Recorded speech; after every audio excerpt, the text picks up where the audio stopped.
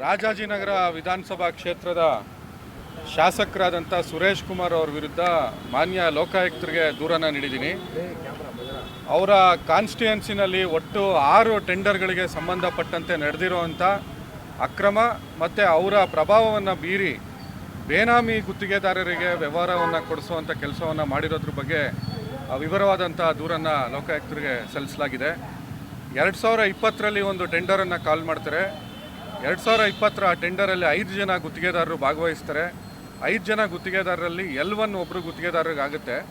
ಆದರೆ ಇವರು ಮುಖ್ಯ ಆಯುಕ್ತರಿಗೆ ಕರೆ ಮಾಡಿ ಆ L1 ಗುತ್ತಿಗೆದಾರರಿಗೆ ಟೆಂಡರ್ ಬಿಡ್ ಕೆಪಾಸಿಟಿ ಇಲ್ಲ, ಬೇರೆಯವ್ರಿಗೆ ಕೊಡಿ ಅಂತೇಳಿ ದೂರವಾಣಿ ಮುಖಾಂತರ ಹೇಳ್ತಾರೆ.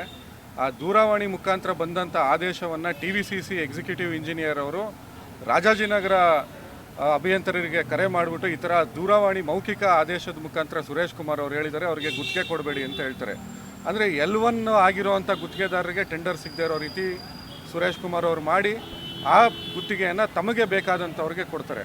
ಅದಾದ ನಂತರ ರಸ್ತೆ ಕಾಮಗಾರಿಗೆ 2014ರ ಸರ್ಕ್ಯುಲರ್ ಪ್ರಕಾರ ಕೆಲವೊಂದು ನಿಬಂಧನೆಗಳನ್ನು ಸರ್ಕ್ಯುಲರನ್ನು ಹೊರಡಿಸಲಾಗಿದೆ. ಆ ನಿಬಂಧನೆಗಳ ಪ್ರಕಾರ ಯಾರು ರಸ್ತೆ ಕಾಮಗಾರಿಗಳನ್ನ ಮಾಡ್ತಾರೆ ಆ ರಸ್ತೆ ಕಾಮಗಾರಿಗಳನ್ನು ಮಾಡುವಂಥವ್ರಿಗೆ ಪ್ಲ್ಯಾಂಟ್ ಇರಬೇಕು, ಟಾರ್ ಪ್ಲ್ಯಾಂಟ್ ಇರಬೇಕು, ಎಕ್ಸ್ಕಾವೇಟ್ರ್ ಇರಬೇಕು, ಬುಲ್ಡೋಸರ್ ಇರಬೇಕು, ಮತ್ತು ಬೇರೆ ಬೇರೆ ಆದಂಥ ಮೆಷಿನರೀಸ್ ಇರಬೇಕು ಅಂತ ಇರುತ್ತೆ. ಇವರು ಆ ಮೆಷಿನರೀಸ್ ಇಲ್ಲದೆ ಇರುವಂಥ ಗುತ್ತಿಗೆದಾರರಿಗೆ ಆ ಗುತ್ತಿಗೆಯನ್ನು ಕೊಡಿಸೋದಕ್ಕೆ 150 ಕೋಟಿ ಮೊತ್ತದ ಒಂದು ಗುತ್ತಿಗೆಯನ್ನು ಕೊಡಿಸೋದಕ್ಕೆ ಈ ಕೆಲವು ರಿಲ್ಯಾಕ್ಸೇಷನ್ಗಳನ್ನ ಮಾಡ್ತಾರೆ.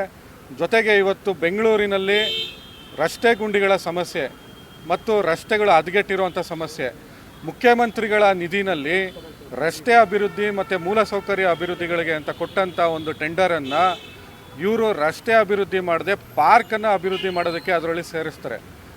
2014ರ ಸರ್ಕ್ಯುಲರ್ ಪ್ರಕಾರ ಮತ್ತು KTTP ಕಾಯ್ದೆ ಪ್ರಕಾರ ಒಂದು ಗುತ್ತಿಗೆಯನ್ನು ಕೊಟ್ಟ ಸಂದರ್ಭದಲ್ಲಿ ಪಾರ್ಕು ಮತ್ತು ಬೇರೆ ಕಟ್ಟಡ ನವೀಕರಣ ಆಗಿರ್ಬೋದು ಇಂಥ ಗುತ್ತಿಗೆಗಳನ್ನು ಅದಕ್ಕೆ ಸೇರಿಸೋ ಹಾಗಿಲ್ಲ.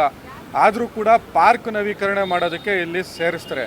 ಸೊ ಇದು ಮಾಡೋದ್ರ ಮುಖಾಂತರ ಬೆಂಗಳೂರಲ್ಲಿ ರಸ್ತೆ ಗುಂಡಿ ಸಮಸ್ಯೆಗೆ ಸುರೇಶ್ ಕುಮಾರ್ ಅವರು ಕಾರಣ ಆಗಿದ್ದಾರೆ.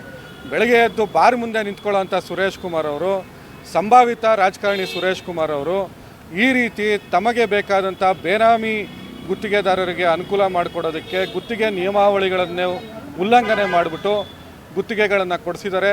ಮತ್ತು ಬೆಂಗಳೂರು ನಗರದ ಅದರಲ್ಲೂ ಹೃದಯ ಭಾಗದಲ್ಲಿರುವಂಥ ರಾಜಾಜಿನಗರದಲ್ಲಿ ಪಾಟೋಲ್ ಸಮಸ್ಯೆಗೆ ಅತಿ ಹೆಚ್ಚು ಕೊಡುಗೆಯನ್ನು ಇವರು ಕೊಟ್ಟಿದ್ದಾರೆ.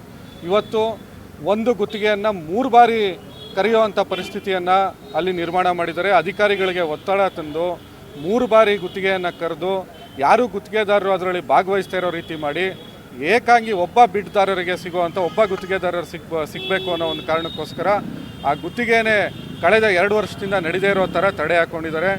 ಗುತ್ತಿಗೆದಾರರಿಗೆ ಅಲ್ಲಿ ಹಿಂಸೆ ಕೊಡ್ತಾ ಇದ್ದಾರೆ. ಯಾರು ಗುತ್ತಿಗೆದಾರರು EMDಯನ್ನು ಕಟ್ಟಿದ ನಂತರ ಯಾರು ಲೋಯೆಸ್ಟ್ ಬಿಡ್ ಮಾಡ್ತಾರೆ ಅವ್ರಿಗೆ DD ತೊಗೊಂಬನ್ನಿ ಅಂತ ಹೇಳ್ತಾರೆ. DD ತೊಗೊಂಬಂದರೆ ಮತ್ತು ಇದನ್ನು ಗೌಪ್ಯತೆ ಬಿಡ್ನ ಗೌಪ್ಯತೆ ಹೇಗೆ ಕಾಪಾಡ್ದಂಗೆ ಆಗುತ್ತೆ. ಸೊ ಪ್ರತಿಯೊಬ್ಬ ಗುತ್ತಿಗೆದಾರರಿಗೂ ಇಲ್ಲಿ ತೊಂದರೆ ಕೊಡ್ತಾ ಇದ್ದಾರೆ. ಬೆಂಗಳೂರು ಅಭಿವೃದ್ಧಿಗೆ ಇವರು ಮಾರಕರಾಗಿದ್ದಾರೆ.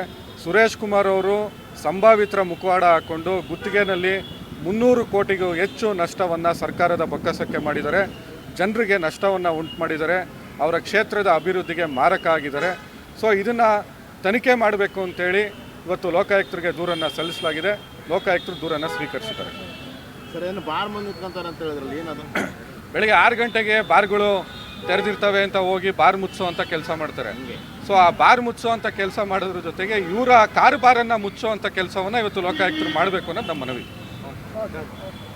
ಯಾಕಂದರೆ